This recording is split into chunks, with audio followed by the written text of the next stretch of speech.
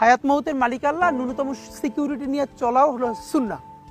কিন্তু আমাদের লড়াইটা হলো, আমার মা স্বাভাবিকভাবেই কান্নাকাটি করেন, আমার পরিবার সবাই। তো আমি আমার মাকে বলেছি যে দেখো, মানে আমরা যে লড়াই নেমেছি, আমার একটা মনে হয় কি, কোনো রাজনীতিবিদের না বাসায় মৃত্যুটা হইতে পারে না, এটা কোনো ভালো মৃত্যু না। যিনি রাজনীতি করেন, যিনি লড়াই করেন, যিনি বিপ্লবী, যিনি সংগ্রামী, তার মৃত্যুটা হবে একটা সংগ্রামের মধ্য দিয়ে, একটা রাজপথে, একটা গ্লোরির মৃত্যু।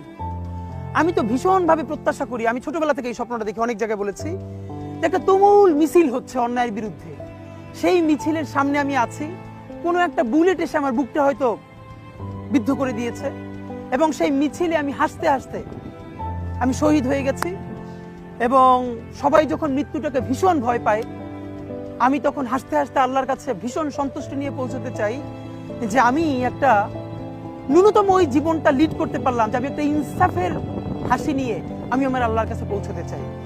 সুতরাং আগামী 50 বছর বাঁচলাম, কোনো ইম্প্যাক্ট তৈরি হলো না আমারে দিয়ে, দেশের জন্য, রাষ্ট্রের জন্য, উম্মার জন্য, জাতির জন্য।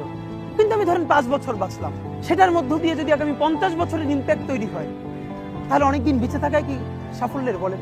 শহীদ প্রেসিডেন্ট জিয়াউর রহমান কয়টা দিন বেঁচেছেন, কিন্তু ভাবেন আজকে পর্যন্ত উনি আমার অনুপ্রেরণা। হাঁটতে হাঁটতে আমার পা ফুলে যায়। আমি, আমার টিম সেদিনকে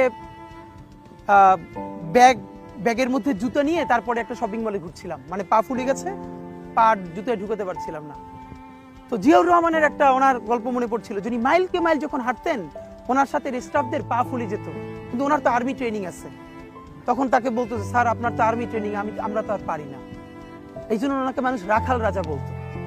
তা আমরাও সারা বাংলাদেশের 56,000 বর্গ মাইলে হাঁটতে চাই, আমরা ইনসাফের চাষাবাদ করতে চাই, একটা স্বাধীন সার্বভৌমত্বের সততার বাংলাদেশ তৈরি করতে চাই। আল্লাহ যে কয়দিন হায়াতে রাখবেন, এই লড়াইটা করব। যেদিন নিয়ে যাবেন, আমি স্বপ্ন দেখে যেতে চাই, আমি আমাদের এমন টিম, আমি আমার সন্তানকে রেখে যেতে চাই, আমার মৃত্যুর পরে যেন এই লড়াই বন্ধ না হয়, এই লড়াই যেন বাংলাদেশে কিয়ামত পর্যন্ত জারি।